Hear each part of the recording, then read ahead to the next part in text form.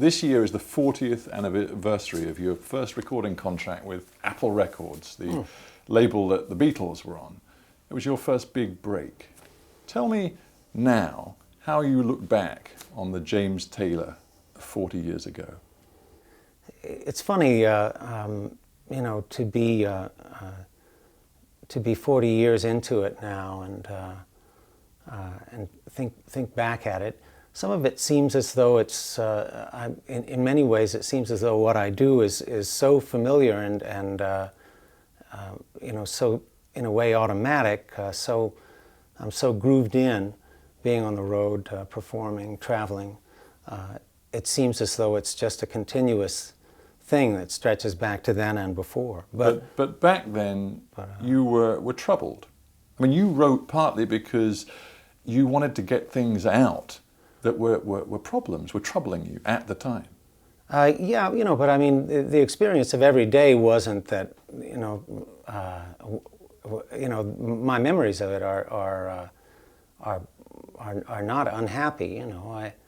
There were some stretches that were uncomfortable for sure, and yeah, it's true that one of the things that causes me to write, there are a number of things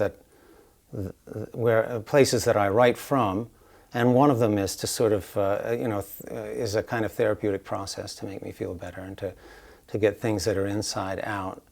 To put it bluntly, you were a drug addict. Is that fair? Yeah, on and off, but yeah, I would say I was actively addicted for about 18, 19 years, starting in New York in 1960, 67, 66, 67. So when you were a teenager, when you were 18 years old, you would say that you fell into addiction? Yeah, that's right. Yeah. Well, and at the time it was it was easy for an 18-year-old in Greenwich Village who was a member of a band in New York to get illegal drugs, hard drugs, as it was to get a drink. So it was there all the time. There was an addict in the band, another addict, and eventually it was just a matter of time. So it was more than just marijuana. This was what, cocaine, heroin? Opiates mostly were my drug of choice eventually. I read somewhere that you knew John Belushi, who of course was sort of famous, celebrated for his sort of hedonism, his drug abuse. And Belushi, maybe apocryphal, but he's said to have advised you to slow down, right, which suggests that you were very close to the edge. Well, a time spent with John was usually a time out of mind and a sort of typical lost weekend kind of thing. So, that wasn't the norm. But yeah, I guess John, that's not unusual for people to sort of warn each other about.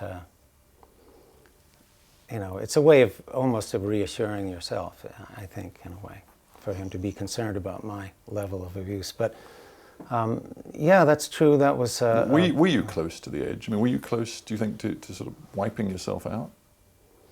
Well, yeah, that's an option. It's dangerous, a dangerous addiction. I think all addictions are dangerous, and one of the things you can say about them is that they're out of control. I mean, that's what characterizes them. That's how you know you're addicted. It's out of your control. And so yeah, I could have. I probably should have died 5 or 6 times in the course of those years. How do you mean? You mean? I mean, overdosed.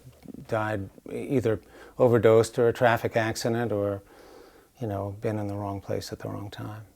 Do you think drugs and rock and roll will always go together? The truth about addiction is that it's the same. It's as boring as it could possibly be. It is non-experience, and it's the same. It's an attempt at having the same. Not even the same day, the same minute over and over and over again. It's an attempt at really closing down and shutting down your life. And I think a lot of addicts are self-medicators. They're trying to they're trying to deal with not being able to stand being in their own skin for one reason or another. We talked about that song, Rain and Fire, hugely sort of emotional song. How do you stay engaged with it? How does it still mean something to you every time you play it?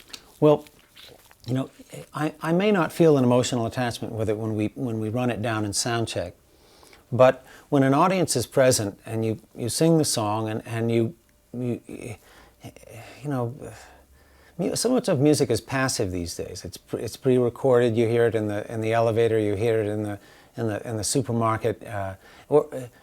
You know, it used to be that if you wanted to hear some music, someone had to pick up an instrument. And it wasn't really that long ago that you'd go to the pub and people would be playing instruments.